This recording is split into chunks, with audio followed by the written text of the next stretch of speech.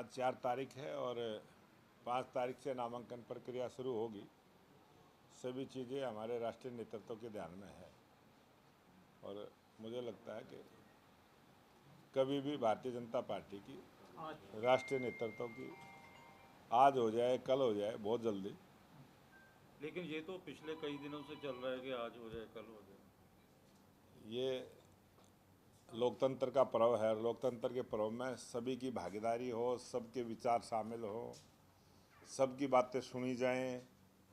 पूरा समय राष्ट्रीय नेतृत्व ने दिया है, इसलिए अनेक ऐसी बैठकें हुई हैं। अच्छा सर, 90 की 90 सीटों पर जो है नाम फाइनल हो गए या भी कुछ पेंडिंग? सभी 90 सीटों पर सभी नामों पर चर्चा हुई है और जैसे ही नाम फाइनल होंगे राष्ट्रीय नेतृत्व उसको घोषणा करेगा और राष्ट्रीय नेतृत्व उसको। अच्छा ये बताएं कि हरियाणा में बीजेपी अगर हम बात करें, हाँ सर, विनेश फोगाट आज मिल रही हैं और ये भी काफी चर्चा है कि बजरंग पुनिया और वो ज्वाइन कर सकते हैं कांग्रेस। कैसे देखते हैं आप? राहुल गांधी कांग्रेस पार्टी के नेता ही इस पर जवाब दे सकते हैं और भारतीय जनता पार्टी ने सभी खिलाड़ियों का सम्मान किया है, सभी खिलाड़ियों को मान सम्मान दिया है और कौन खिलाड़ी किस राजनीतिक दल में जाता है उस खिलाड़ी की अपनी भावनाएं होती हैं। राहुल गांधी के साथ सुबह उन्होंने मुलाकात की है और कई बातें भी हुई हैं और लग रहा है कि आप ही के ज़िले या आपके साथ लगते ज़िले से वो कैंडिडेट हो सकते हैं।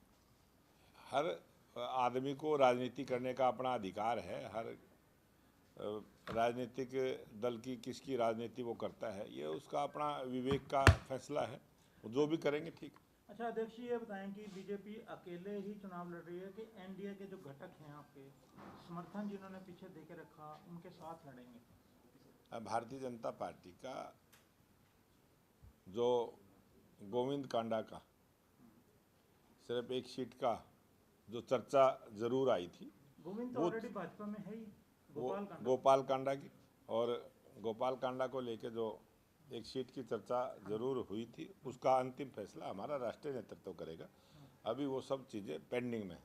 नहीं, ये जिस तरह से बात की गई कि एनडीए के घटकों को नाराज नहीं किया जाएगा, तो कुछ निर्दलीयों ने भी आपको समर्थन दिया था उस समय, तो अभी मतलब एक ही सीट पे है सिर्फ जो आपका विचार है?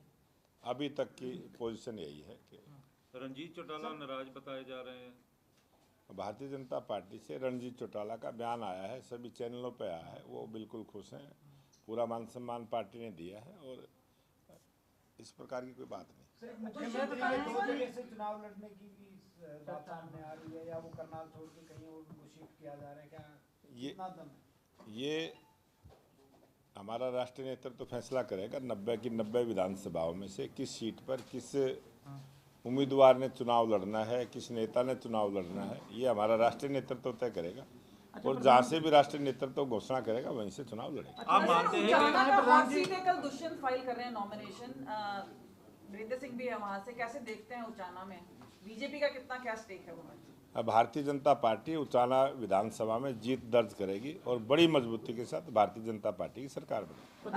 आज पेपर में भी अखबार में भी छपा है कि एक स्वीपर की जॉब के लिए 46,000 ग्रेजुएट्स और पोस्ट ग्रेजुएट्स का आया है। कैसे देखते हैं आप इसे, क्योंकि विपक्ष तो बोल रहा है कि ये पूरा अनएम्प्लॉयमेंट का दर्द दिखा रहा है आपका। हरियाणा प्रदेश में जितना रोजगार हमारी 10 साल के शासन में 1,47,000 युवाओं को रोजगार देने का काम किया, 1,20,000 कच्चे कर्मचारियों को नियमित करने का काम किया। हमारी सरकार ने रोजगार के अवसर हरियाणा प्रदेश में युवाओं के लिए बढ़ाने का काम किया है और पूरे हरियाणा प्रदेश में बेरोजगारी खत्म हो इस प्रकार की नीति और सोच को लेकर हमारी सरकार ने काम किया। ये हमारी सरकार की बड़ी उपलब्धि। अध्यक्ष जी, ये बताएं कि कोई व्यक्ति विशेष यदि कह देता है कि मैं यहाँ से चुनाव लड़ूंगा, पार्टी हाईकमांड उसका निर्णय लेगी या वो लेगा?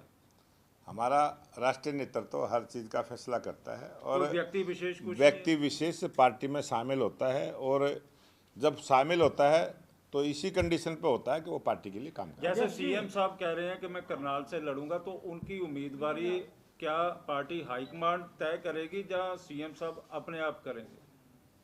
100% सभी की उम्मीदवारी हमारा राष्ट्रीय नेतृत्व तय करता है। केंद्रीय चुनाव समिति की बैठक के बाद जो निर्णय होगा वो अंतिम निर्णय। अच्छा, ये बताएं कि कैंडिडेट्स के चयन में आधार क्या रखा गया, क्योंकि कई जो आपके एमएलए जीते बहुत कम जो वोट से पिछली दफा जीते हैं, क्या इस दफा उनके जो आधार हमने चयन का रखा, क्योंकि आप उस सारी प्रक्रिया का हिस्सा रहे।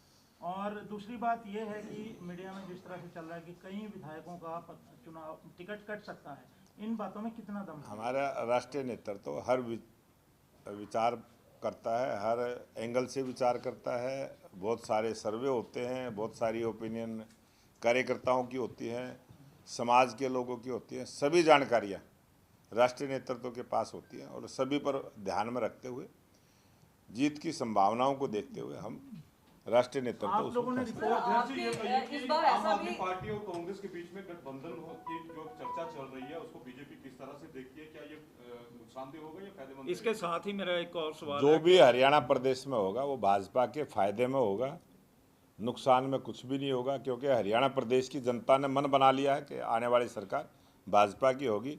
और जिस प्रकार से केंद्र में तीसरी बार भारतीय जनता पार्टी की सरकार बनी है, उसी प्रकार से हरियाणा प्रदेश में भी लोकप्रिय प्रधानमंत्री नरेंद्र मोदी जी के मार्गदर्शन में भारतीय जनता हरियाणा में पार्टी एनडीए वर्सेज इंडिया स्पष्ट बहुमत की सरकार हरियाणा में बनने जा रही है। हरियाणा में इंडिया गठबंधन और एनडीए गठबंधन के बीच आप लड़ाई देख पा रहे हैं आने वाले? ये गठबंधन लोकसभा में भी हुआ था, उसका रिजल्ट देश की जनता ने दिया। और हरियाणा प्रदेश की जनता तो एक तरफा वातावरण भारतीय जनता पार्टी के लेकिन पक्ष में। कांग्रेस कह रही है कि बीजेपी की इनफाइटिंग के बारे में, क्योंकि अक्सर कांग्रेस की इनफाइटिंग के बारे में बात की जाती है, पर इस बार चुनाव में बीजेपी की इनफाइटिंग की बात आ रही है। भारतीय जनता पार्टी का प्रत्येक कार्यकर्ता एक विचार को लेकर राजनीति करता है, समाज के लिए काम करता है, राष्ट्र के लिए काम करता है।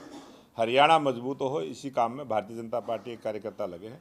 हरियाणा एक, हरियाणवी एक का हमारा जो सिद्धांत है, विचार है, उस पर हम चले हैं और उसी के मजबूत करते हुए भारतीय जनता पार्टी के सभी कार्यकर्ता। बीजेपी की कितनी सीटों का आप दावा करते हैं? मतलब भारतीय जनता पार्टी की स्पष्ट बहुमत की सरकार हरियाणा प्रदेश में। लेकिन पिछली बार मुख्यमंत्री जी क्यों 85 से ज्यादा विधायकों का कहते हैं कि 85 विधायक लेकर आएंगे, उससे आप कितना सहमत हैं? मैं पूरी तरह से मुख्यमंत्री जी की बात से सहमत हूं और ये हरियाणा प्रदेश की जनता का फैसला है।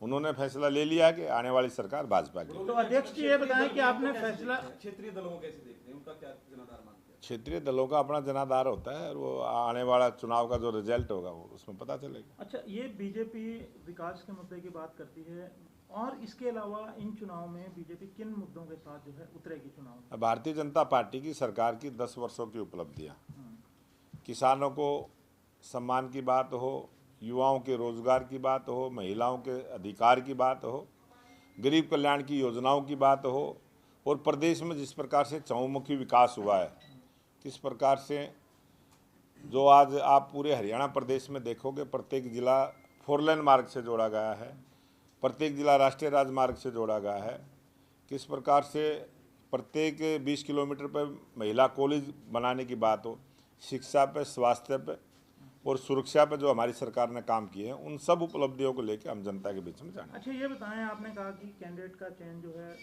राष्ट्रीय नेतृत्व करता है। आपने घोषणा कर दी कि मैं चुनाव नहीं लड़ूंगा, तो राष्ट्रीय नेतृत्व क्या आपको चुनाव लड़वा सकता है? कोई उम्मीद है? राष्ट्रीय नेतृत्व कुछ भी कर सकता है और राष्ट्रीय नेतृत्व का फैसला ही सर्वमान्य होता है। आप बदल सकते हैं? मैंने अपनी बात राष्ट्रीय नेतृत्व के सामने रखी है और मुझे विश्वास है कि राष्ट्रीय नेतृत्व लेकिन सबकी बात को कांग्रेस सुनेगा। उल्टा कह रही है कि आप कांग्रेस के डर के कारण छोड़ रहे हो। अब जिस सीट से मैं विधायक हूं, वहां से भारतीय जनता पार्टी मजबूत स्थिति के साथ कमल का फूल वहां से खिलेगा। पहली बार कमल का फूल खिला था और ये भारतीय जनता पार्टी के संगठन की सीट राय विधानसभा बनेगी। ये आने वाला चुनाव का रिजल्ट बताएगा। अध्यक्ष जी, रीडवाल बेल्ट में राव इंद्रजीत को अब तवज्जो दिया जाएगा, उनकी पसंद से कैंडिडेट डिक्लेयर होंगे, ऐसी आज कुछ मीडिया रिपोर्ट्स हैं, इस पर आप क्या कहेंगे? भारतीय जनता पार्टी जातिवाद से, क्षेत्रवाद से, परिवारवाद से हटके राजनीति हम करते हैं और सभी नेताओं को सम्मान देते हुए, सभी बात का सम्मान रखते हुए भारतीय जनता पार्टी का शीर्ष नेतृत्व फैसला लेता है और उसमें सबको सम्मान मिलेगा। हरियाणा एक, हरियाणा इस दफे पार्टी ने परिवारवाद को, जिस तरह से बड़े नेता हैं आपके, उनके बच्चों के टिकट देने पर राजी हो रही है। टिकट मांगना सबका अधिकार है, प्रत्येक कार्यकर्ता को टिकट मांगना चाहिए और टिकट मांगना सबका अधिकार है और सभी का सम्मान करते हुए हम सभी की बात पार्टी आपकी परिवारवाद के बेसिकली विरोध में रही आप, क्योंकि इस बात को लगातार 10 साल के दौरान और केंद्र में भी कहते रहे, परिवारवाद तो कांग्रेस इशू नहीं पे रहेगा। प्रहार भी करते रहे कि ये परिवारवाद कर रही है। अगर ये नेताओं के बच्चों को दिया जाता तो आपको लगता नहीं कि परिवारवाद होगा? हमारे लिए पूरा हरियाणा एक है, हरियाणवी एक का हमारा मंत्र है और पूरा देश एक परिवार है। हम पूरी दुनिया को भी एक परिवार इसी मान तरह के